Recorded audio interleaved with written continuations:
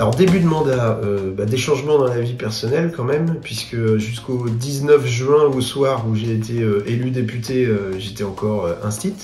Et puis donc le lendemain, le 20 au matin, j'ai un coup de fil du préfet qui me dit « Bonjour monsieur le député ».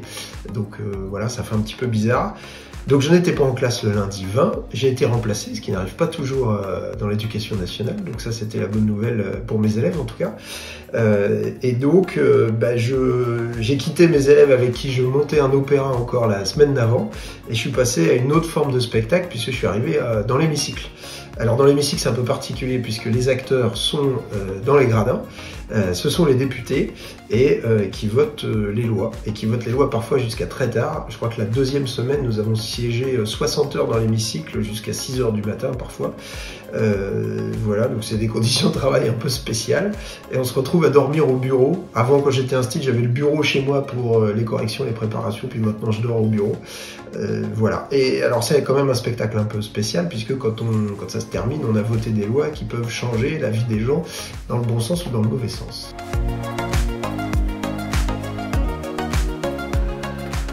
Alors, l'Assemblée a travaillé sur ce mois à la fois sur un projet de loi pour la protection du pouvoir d'achat, en tout cas c'était son intitulé de la part du gouvernement, et sur le projet de loi de finances rectificative, et puis tout un tas d'autres projets de loi plus ou moins importants. Mais ça a été vraiment le cœur de l'activité de cette session extraordinaire.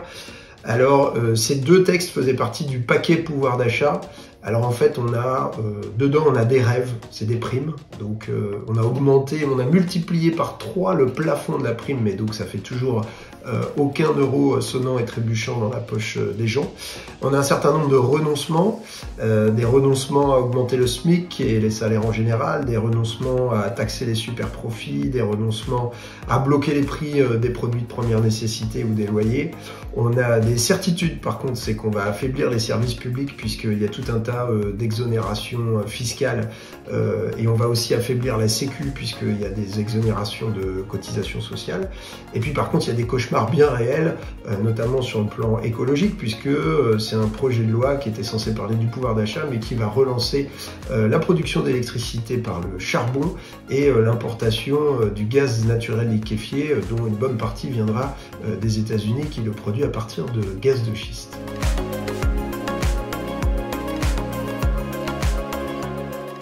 Alors le gouvernement n'a pas arrêté d'invoquer le dialogue et le compromis, et en vérité, alors nous on a fait le travail quand même sincèrement, on a déposé des dizaines d'amendements pour essayer d'améliorer ces deux textes, mais ce qu'on a obtenu à chaque fois ce sont quand même des victoires assez maigres. Alors il y a eu l'interdiction des compléments de loyer pour les logements qui sont dépourvus du confort alimentaire. Il y a la possibilité la facilitation à se désengager d'un abonnement qu'on aurait pris sur Internet. Bon, c'est quand même assez maigre. En gros, les quelques avancées qu'on a eues, c'est sur des choses qui coûtent rien au gouvernement. Alors, le seul truc qui a coûté un petit peu, c'est la compensation par l'État auprès des collectivités locales de l'augmentation du RSA, de la revalorisation des fonctionnaires et du prix de l'énergie. Donc ça a coûté un tout petit peu. Et puis il y avait une mesure qu'on avait réussi à faire adopter un soir, qui était l'augmentation des retraites à 5,5% pour essayer de coller à l'inflation. Et donc on l'a voté. Et puis, comme ça n'a pas plu à Bruno Le Maire, on a revoté à 2 h du matin, et finalement ça a été annulé, puisqu'ils ont réussi à se mettre d'accord avec la droite. Donc en fait, la volonté de dialogue et de compromis du gouvernement, c'est vraiment un effet d'affichage, et dès qu'on fait des propositions qui coûtent un tout petit peu, soit aux plus riches, soit aux multinationales, soit aux finances de l'État, en fait on se fait retoquer.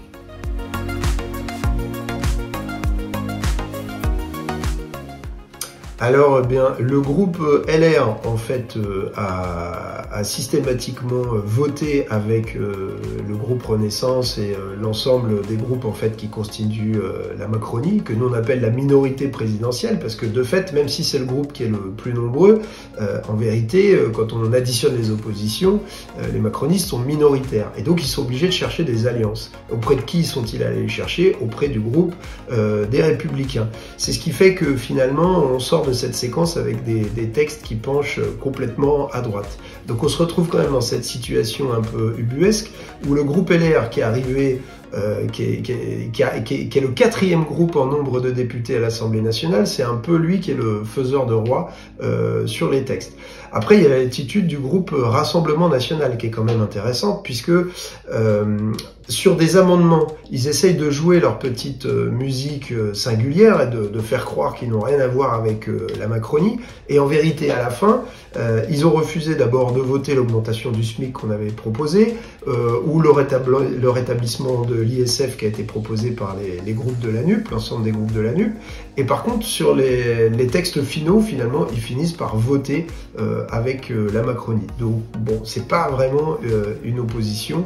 Alors, ils portent des costards et des cravates pour surjouer la respectabilité, mais en fait, c'est pas de ça dont le peuple a besoin dans l'hémicycle.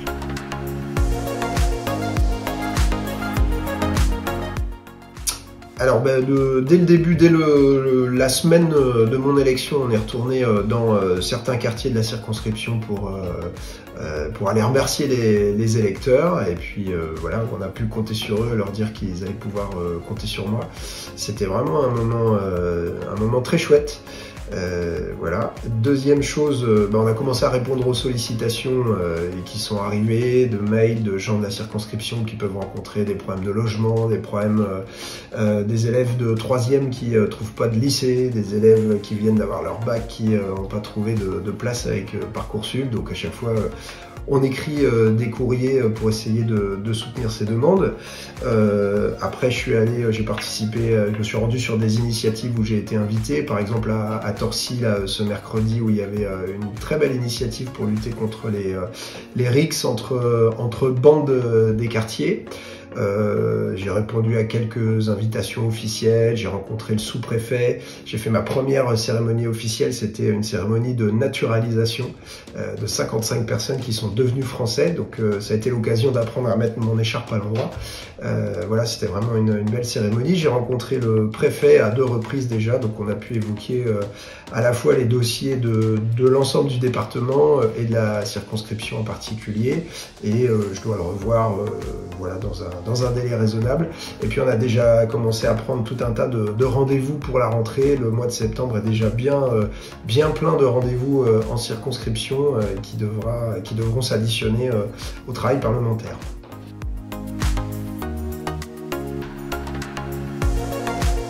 Alors à la rentrée, le gouvernement a annoncé 3 projets de loi différents. Donc un projet de loi sur l'énergie. On ne sait pas encore exactement le périmètre. Est-ce qu'il y aura que les énergies renouvelables ou est-ce qu'il y aura le nucléaire aussi dedans? Ce qui est un petit peu cocasse, hein, parce que quand même dans le projet de loi pouvoir d'achat qu'on vient de finir, il y avait quand même sur 20 articles, il y en avait 10 qui concernaient justement des questions d'énergie. Bref, ça c'est les choix du gouvernement. Donc il y aura une bataille à mener là-dessus évidemment, et on fera sans doute une contre-proposition de loi pour décliner nous tout ce qu'on a à dire sur la planification écologique qu'on a portée dans la campagne à travers le programme L'avenir en commun. Deuxième chose, le gouvernement a prévu un nouveau projet de loi sur une réforme de l'allocation chômage. Alors la dernière a moins d'1 an, hein, puisqu'elle date de novembre dernier. Son premier bilan, c'est que les allocations chômage ont diminué de 17% pour plus d'1 million d'allocataires. Hein, il faut savoir qu'il y a moins d'un chômeur sur 2 qui touche des allocations chômage. Et là, l'idée du gouvernement, c'est de durcir encore les allocations chômage. Donc il y aura une bataille à mener à ce niveau-là. Et puis le troisième projet de loi du gouvernement, c'est sur l'immigration et la possibilité de renvoyer dans leur pays les gens, les étrangers qui commettraient des délits sur notre sol.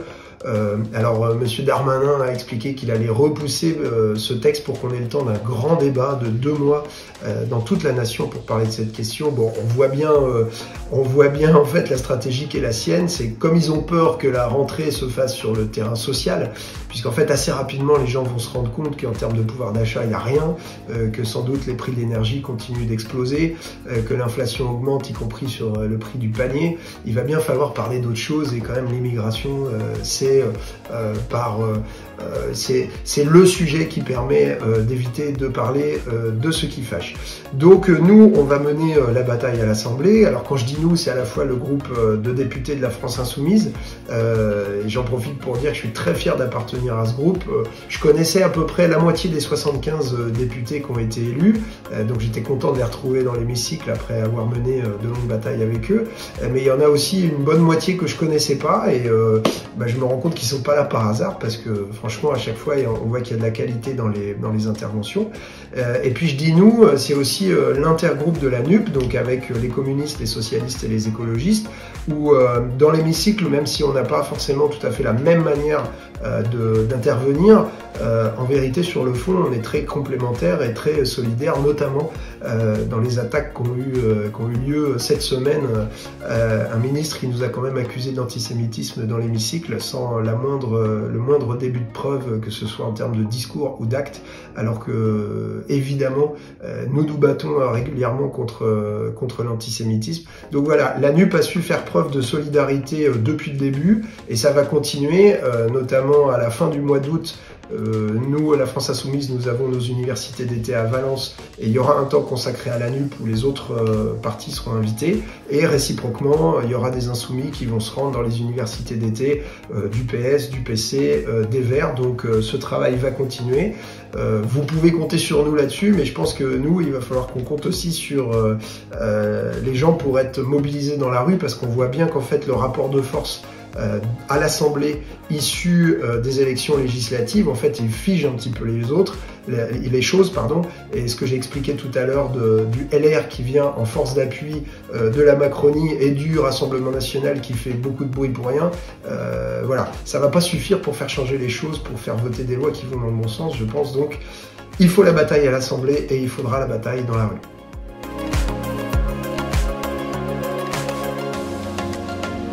Un mot de la fin, je vais vous souhaiter un bel été. Essayez de vous tenir loin de la canicule. Comme dit ma collègue députée Alma Dufour, on vit peut-être l'été le plus frais du reste de notre existence. Pensez à vous hydrater, voilà, buvez plutôt que d'arroser les terrains de golf. Et puis on se retrouve aux amphis à Valence, les amphis de la France Insoumise, du 25 au 28 août. Et puis après, à la rentrée parlementaire et rentrée sociale, je n'en doute pas.